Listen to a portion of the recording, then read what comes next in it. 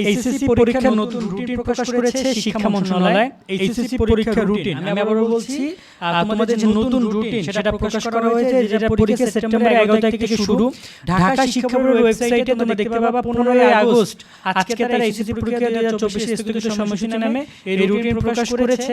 এক্ষেত্রে তোমাদের routine publish, আমি তোমাদেরকে রুটিন দেখিয়ে দিচ্ছি। যারা রুটিন ডাউনলোড করতে চাও তারা ডেসক্রিপশনে লিংক পাবে, সেখান থেকে রুটিন ডাউনলোড করে নিতে পারবা। আমি আবার রিপিট করছি, ডেসক্রিপশনে লিংক অথবা showministry.com এ যাও, সেখান থেকে রুটিন দেখে নিতে পারবা। আমি তোমাদেরকে রুটিন দেখিয়ে দেই।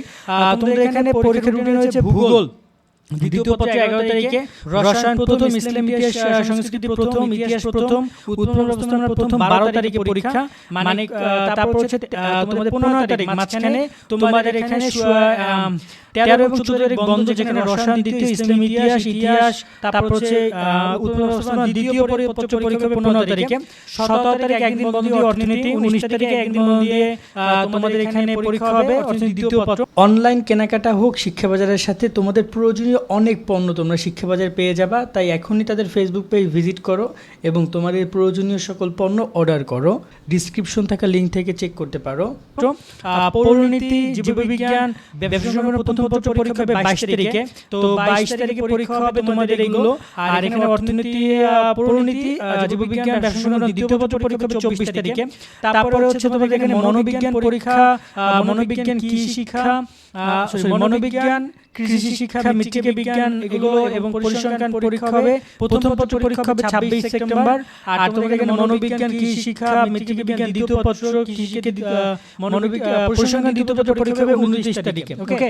আর এখানে তোমাদের উচ্চতর গণিত, ইসলাম শিক্ষা পরীক্ষা 1 তারিখে, গার্হস্থ্য বিজ্ঞান পরীক্ষা 1 তারিখে, 3 তারিখে পরীক্ষা হবে উচ্চতর গণিত দ্বিতীয় পত্র, ইসলাম ইতিহাস দ্বিতীয় পত্র, গার্হস্থ্য বিজ্ঞান দ্বিতীয় পত্র, ফিনান্স, সমাজ বিজ্ঞান, সমাজকর্ম পরীক্ষা হবে 6 তারিখে। আর এখানে বাকি ফিনান্স দ্বিতীয় পত্র, সমাজ বিজ্ঞান দ্বিতীয় এবং সমাজকর্ম দ্বিতীয় পরীক্ষা হবে 8 তারিখে।